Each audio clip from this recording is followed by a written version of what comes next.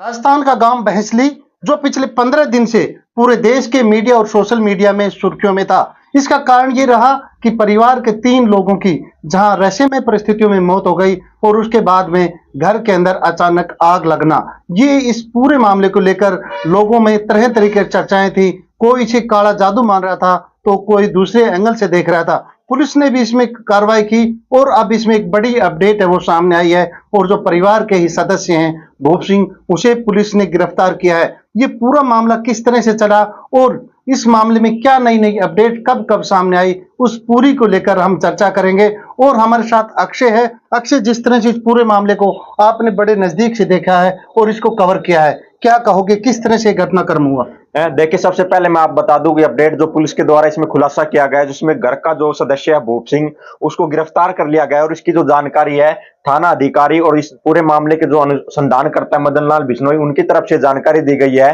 कि जो भूप सिंह पूनिया उसको गिरफ्तार कर लिया गया है। इस मामले में अगर मैं अपडेट देता चलो तो सबसे पहले 31 जनवरी को जो भूप सिंह, उसकी दादी जो कस्तूरी थी, उसकी मौत होती है। उसके बाद 13 तारीख को जो लड़का अनुराग है उसकी मौत होती है। उसके बाद जो 28 तारीख को एक लड़का था गर्वित, इनकी जो सिलसिलेवार तरीके से 14-14 दिन के अंतर पर इनकी मृत्यु होती है। उसके बाद 10 मार्च से जो घर है उसमें रहस्यमयी आग जो लगना शुरू हो जाती है। उसके बाद जो सूचना पुलिस को मिलती है और पुलिस जाब्ता वो मौके पर पहुंचता है कि किस तरह से आखिर ये पूरी आग लगने की जो घटना है वो सामने आ रही है। उसके बाद जो थाना अधिकारी मदन लाल बिश्नोई अपनी टीम के साथ मौके पर पहुंचते हैं तो वहां पर देखा जाता है कि जो घर के अंदर जो कपड़े थे उनके अंदर आग लग रही है। उसके बाद जो चूरू से जो एफएसएल की जो टीम थी उसको मौके पर बुलाया जाता है और एफएसएल जो टीम है वो वहां से जो अपने सबूत है वो इकट्ठा करती है। उसके बाद लगातार जो पुलिस की जो कार्रवाई वो आगे बढ़ती है। अचानक पुलिस को सूचना मिलती है कि जो पशु चारा है भैंसली गांव में, जो भूप सिंह का घर है खेतों के अंदर बना हुआ है, उसमें पशु चारे के अंदर जो आग लग जाती है। उसके बाद पुलिस मौके पर पहुंचती है तो परिजनों का गुस्सा देखने को मिलता है और वो पुलिस अधिकारियों के ऊपर ही हमला कर देते हैं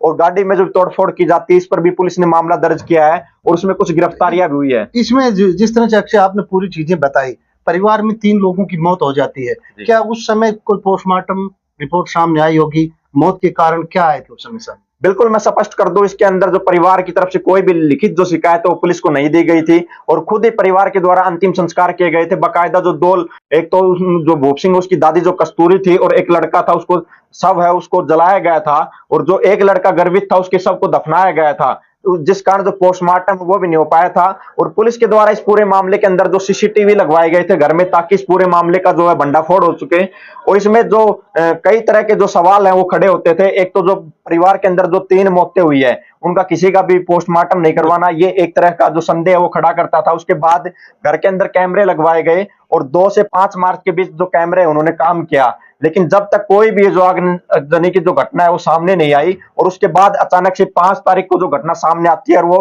कैमरे की डीवीआर जलती है। डीवीआर डिजिटल रिकॉर्ड डिवाइस है, जो कैमरे के माध्यम से जो फुटेज आती है वो उसके अंदर स्टोर होती रहती है ताकि कोई भी उस डीवीआर के माध्यम से पूरा घटनाक्रम वो बाद में देख सके। लेकिन जब डीवीआर ही जल गई तो कहीं ना कहीं इस पे भी संदेह होता है कि कोई ना कोई जो व्यक्ति था वो कहीं ना कहीं जो घर के अंदर कैमरे लगाए गए थे उस पूरे घटनाक्रम से वो परेशान था, इसी वजह से डीवीआर के अंदर आग लगी और रहस्य नहीं खुल पाया। उसके बाद पुलिस प्रशासन जो है वो परमिशन लेता है कोर्ट से और जो एक बच्चा जो दफनाया गया था जमीन के अंदर उसके जो शव उसको बाहर निकाला जाता है। उसके बाद उसके जो सैंपल लिए जाते हैं और सैंपल जांच के लिए बीकानेर जो एफएसएल है वहां पर भेजे जाते हैं। और जो इस पूरे घटनाक्रम के अंदर जो आग लग रही थी उसमें जो जला हुआ सामान था उसके भी जो नमूने हैं वो सील किए गए पुलिस प्रशासन के द्वारा और उनको भी जांच के लिए जोधपुर की जो लैब है वहां पर भेजा गया। जी,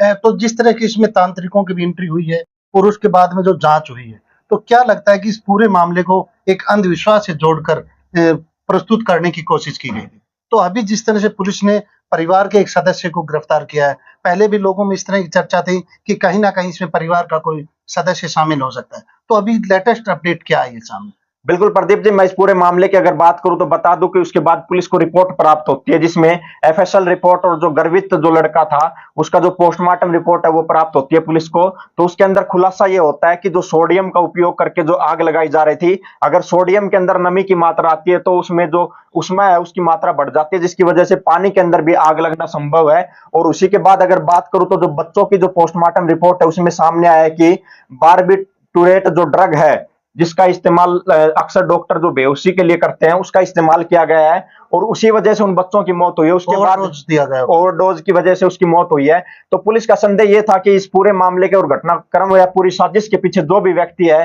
कहीं ना कहीं वो पढ़ा लिखा है और केमिकल की जो पूर्ण नॉलेज है उसको, उसी वजह से ये पूरा जो घटनाक्रम है, इस पर पुलिस ने जो रिपोर्ट प्राप्त हुई उसके बाद धारा 302 का मामला दर्ज किया गया और जांच को आगे बढ़ाया गया। परिवार के लोगों पर ही सबसे पहले शक की सुई जो पुलिस की थी, उसके बाद परिवार के लोगों को पूछताछ के लिए उठाया गया और पुलिस के द्वारा थाने के अंदर जो लंबी पूछताछ की गई, उसके बाद में जो भूप सिंह की पत्नी थी उससे भी पूछताछ की, साथ ही जो भूप सिंह है उसको भी पूछताछ के लिए थाने ले जाया गया और पूछताछ के बाद जो पत्नी है उसको तो छोड़ दिया गया, लेकिन भूप सिंह को गिरफ्तार कर लिया गया। जी, तो क्या लगता है कि जिस तरह से भूप सिंह के ऊपर ये आरोप एक तरह से लगाया जा रहा है कि ये इस साजिश में शामिल है, तो क्या लगता है कि भूप सिंह ने ऐसा खेल खेला कि उसने जो अपना परिवार था, हंसता खेलता, 2 मासूम बच्चे थे, एक उनकी दादी थी, उन्हीं को मौत के घाट उतार दिया? देखिए ये बात तो अभी पुलिस के द्वारा स्पष्ट नहीं की गई है कि आखिर भूप सिंह ने ये कदम क्यों उठाया। जल्द ही पुलिस इस मामले का पूरा खुलासा कर देगी, लेकिन एक बात तो स्पष्ट है कि परिवार में या तो कोई घरेलू कलह रही होगी या कोई आपसी रंजिश या कोई और जो वजह थी जिसकी वजह से जो उन्होंने सिलसिलेवार तरीके से इस पूरी वारदात को अंजाम दिया गया है। और उसके बाद जो घटनाक्रम हुआ है उसको देखते हैं तो कहीं ना कहीं उनसे ध्यान भटकाने के लिए जो आग का जो नाटक है ये किया गया था और रहस्यमयी तरीके से इस पूरे मामले को जोड़ा गया था। इसमें तांत्रिकों की भी एंट्री का जिक्र करूं तो मैं तांत्रिक भी एंट्री करी थी और कोई तो इसमें आत्मा से बात करवाने की बातें कर रहा था, तो कोई हरियाणा के भी 3 तांत्रिक पहुंचे थे जिन्होंने दावा किया था कि वो इस तरह की घटना है उसको रोक देंगे। और जब परिवार ने उनसे समाधान करवाना शुरू भी कर दिया था, लेकिन सोडियम था, जब वो नमी के कांटेक्ट में आए तो घर में फिर से आग लग गई और जो तांत्रिक उनके पाखंड की पोल खुल गई। उसके बाद जो परिवार के साथ उन तांत्रिकों का विवाद भी होता है और सूचना पुलिस तक पहुंचती है, तो इस मामले के अंदर जो तांत्रिक है उनको भी पुलिस के द्वारा गिरफ्तार किया गया था और 3 तांत्रिक इस मामले के अंदर पुलिस के द्वारा गिरफ्तार किए गए थे। अगर इस मामले में एफआईआर की बात करूं तो अब तक 4 मामले दर्ज हुए हैं। सबसे पहले यह था कि जो सरकारी वाहन और जो पुलिसकर्मियों के साथ मारपीट की गई थी उसमें पुलिस के द्वारा मामला दर्ज किया गया है। दूसरा मामला यह था कि जो इस घटनाक्रम के अंदर जो तांत्रिक आए थे उनमें 3 तांत्रिकों को पुलिस के द्वारा गिरफ्तार किया गया था। और जब पुलिस तक ये मामला पहुंचा तो पुलिस ने जो एक बच्चा दफनाया गया था उसका शव निकलवा कर उसका पोस्टमार्टम करवाना था, तो सीआरपीसी की धारा 174 के तहत वो पूरी जो कार्रवाई की जाती है उसके लिए कोर्ट से परमिशन ली गई और उस मामला दर्ज करके उस बच्चे का जो शव है वो बाहर निकाला गया और एफएसएल जो बीकानेर है वहां पर उसकी जो जांच रिपोर्ट के लिए उसको भेजा गया। उसके बाद जो चौथा मामला जो दर्ज होता है, एफएसएल की जो रिपोर्ट जोधपुर से भी प्राप्त हुई जिसमें सोडियम की पुष्टि हुई कि आग जो सोडियम के माध्यम से लगाई गई है। और दूसरी जो पुष्टि ये हो पाती है कि जो बच्चा जो गर्भित था उसको ड्रग के माध्यम से उसकी हत्या हुई है। तो इसके बाद जो मामला अपने आप बदल गया और हत्या का मामला प्रतीत हुआ, तो पुलिस ने धारा 302 में एसएचओ जो मदन लाल बिश्नोई है, थाना अधिकारी है अमीरवास थाना के अंदर, ये पूरा जो मामला दर्ज किया गया है। तो उसके आधार पर इसमें कुल 4 जो मामले हैं वो दर्ज किए गए। जी जी जी बिल्कुल। जिस तरह से आपने बताया कि इस पूरे खेल के अंदर जो परिवार का ही जो भूप सिंह है वो इसमें शामिल है, तो आपको क्या लगता है कि भूप सिंह मानसिक रूप से परेशान है या इसके पीछे क्या खेल हो सकता है उसका कि उसने अपने ही परिवार को खत्म कर दिया? जी बिल्कुल, बता दें कि इस मामले के अंदर अभी तक जो इनपुट हाथ लगी है तो उसमें यह है कि पूरी जो केमिकल की नॉलेज रखता था भूप सिंह, अच्छा पढ़ा लिखा था और मेडिकल की जो लाइन है उससे जुड़ा हुआ था। तो ऐसे में भूप सिंह ने ये आखिर क्यों इस साजिश रची और क्यों इस वारदात को अंजाम दिया और आखिर अपने परिवार के 3 लोगों की हत्या क्यों की गई, जिसमें उसकी खुद की जो दादी कस्तूरी थी, 2 खुद के जो बच्चे थे उनको क्यों आखिर मौत के घाट उतारा गया। जो कई सवाल है, इनके जो सवाल है वो पुलिस लगातार उनसे पूछताछ के अंदर जो जुटा रही है। इसके बाद अगर मामले की बात की जाए तो पुलिस कड़ी से कड़ी जोड़ती हुई पहुंचेगी और जो इसके अंदर जो ये उसने ये जो ड्रग की बात की जाए ये कहां से खरीदा, अगर सोडियम की बात की जाए तो उसने ये कहां से खरीदा और इसका उपयोग कैसे करके उसने इस पूरे रहस्यमय जो ये घटनाक्रम इसको बनाया, इन तमाम जो सवाल है इनके जो पुलिस है वो पूछताछ कर रही है। और कल भी मेरी जो एसपी से बात हुई थी तो उनका कहना था कि पुलिस जल्द ही इस मामले के अंदर जो प्रेस कॉन्फ्रेंस करेगी जिसके माध्यम से जो पूरा खुलासा किया जाएगा कि आखिर ये पूरा जो षड्यंत्र है वो क्यों रचा गया और 3 जो मौत है यानी जो 2 मासूम बच्चे और एक बुजुर्ग है उसको मौत के घाट क्यों उतारा गया, इसके पीछे की जो कहानी है वो तभी स्पष्ट हो पाएगी। बिल्कुल बिल्कुल अक्षय, जिस तरह से अभी अक्षय ने बताया कि इस पूरे मामले को लेकर जो पुलिस है उनकी छानबीन जारी है और जो आरोपी है उसको पुलिस ने गिरफ्तार कर लिया और उसे पूछताछ की जा रही है। तो जिस तरह से उसने जो भूप सिंह है उसने किस तरह से साजिश रचकर अपने परिवार को ही मौत के घाट उतार दिया और उसके बाद में जिस तरह से उसने सोडियम और केमिकल का इस्तेमाल कर पूरे इस घटनाक्रम को घुमाने की कोशिश की और अंधविश्वास की तरफ ले जाने की कोशिश की, तो ये भी लोगों में एक भय का माहौल देखते हैं कि जैसे सोशल मीडिया पे या उस गांव में भी एक भय का माहौल पैदा करने की कोशिश की गई। बिल्कुल, जिस तरह से पूरा घटनाक्रम हुआ उसके बाद जो अचानक रहस्यमयी आग लग रही थी, कभी वो कपड़ों के अंदर लग रही थी, कभी पशु चारे के अंदर लग रही थी, तो ग्रामीणों में जरूर भय का माहौल था कि कोई आग नहीं लगा रहा। और जब पानी डलता है तभी आगजनी जो वो बढ़ती है, तो इसमें सोडियम का उपयोग किया जा रहा था, लेकिन ग्रामीण इसको जो तंत्र विद्या या काला जादू उससे जोड़कर देख रहे थे किस तरह के उसकी वजह से ये पूरी जो घटना हो रही है। लेकिन जो पुलिस है शुरू से ही साइंटिफिक माध्यम से इसमें जो जांच के अंदर जुटी हुई थी, और जो कोई साजिश करता था उसके द्वारा पुलिस को रोकने का भी प्रयास किया गया, क्योंकि जो डीवीआर है उसके अंदर आग लगाई गई। डीवीआर की जांच करने के लिए पुलिस पहुंचती है तो पुलिस के साथ मारपीट की जाती है, और बाकायदा जो गाड़ी है उसके अंदर भी तोड़फोड़ की जाती है। तो पुलिस जो कई जो संदेह के जो घेरे के अंदर जो परिवार था वो इन्हीं कारणों के चलते था कि पहली बात तो उन्होंने जो बच्चों की जो मौत हुई थी उसमें पोस्टमार्टम नहीं करवाया, सबसे बड़ी जो मुख्य कारण तो ये था। उसके बाद पुलिस अगर डीवीआर कैमरे लगाती है और डीवीआर के माध्यम से फुटेज चेक करने का प्रयास करती है, तो 2-3 दिन आग नहीं लगी और आग उसी वक्त लगती है, और वो डीवीआर के अंदर ही क्यों लगती है। तो सबसे बड़ा जो दूसरा कारण था वो ये था।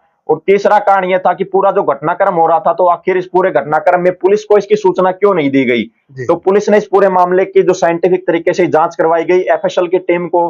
मौके पर तलब किया गया और उसने जो सैंपल उठाए, सैंपलों को जांच के लिए भेजा गया, और पुलिस को लगातार इंतजार था कि कब जो सैंपल जो उनकी रिपोर्ट मिल पाती है और पुलिस इस मामले का खुलासा कर पाती है। और उसके बाद जैसे ही 22 तारीख को सैंपल की रिपोर्ट प्राप्त होती है पुलिस को, पुलिस इस पूरे मामले के अंदर हत्या का मामला दर्ज करती है, और परिवार के लोगों पर शक की सुई थी तो उनसे जो पूछताछ है वो पुलिस के द्वारा शुरू की जाती है। और पुलिस ने पूछताछ के बाद जो भूप सिंह है उसको गिरफ्तार कर लिया गया है। सिर्फ इस मामले के अंदर एक ही गिरफ्तारी हुई है, और पूरा का पूरा जो साजिश करता और मास्टरमाइंड है वो भूप सिंह बताया गया। इस पूरे मामले के अंदर पुलिस उससे लंबी और गहनता से पूछताछ करेगी, आखिर किस वजह से उसने पूरे घटनाक्रम को अंजाम दिया, क्या मंशा थी उसकी, और आगे क्या वो चाहता था। जी बिल्कुल। जिस तरह से हमने अभी अक्षय ने जो घटनाक्रम है इसके बारे में बताया, और आगे इसमें किस तरह से पुलिस की कार्रवाई आगे बढ़ती है और क्या इसमें पक्ष सामने आता है, उसकी हम जल्दी आपको अपडेट देंगे। धन्यवाद।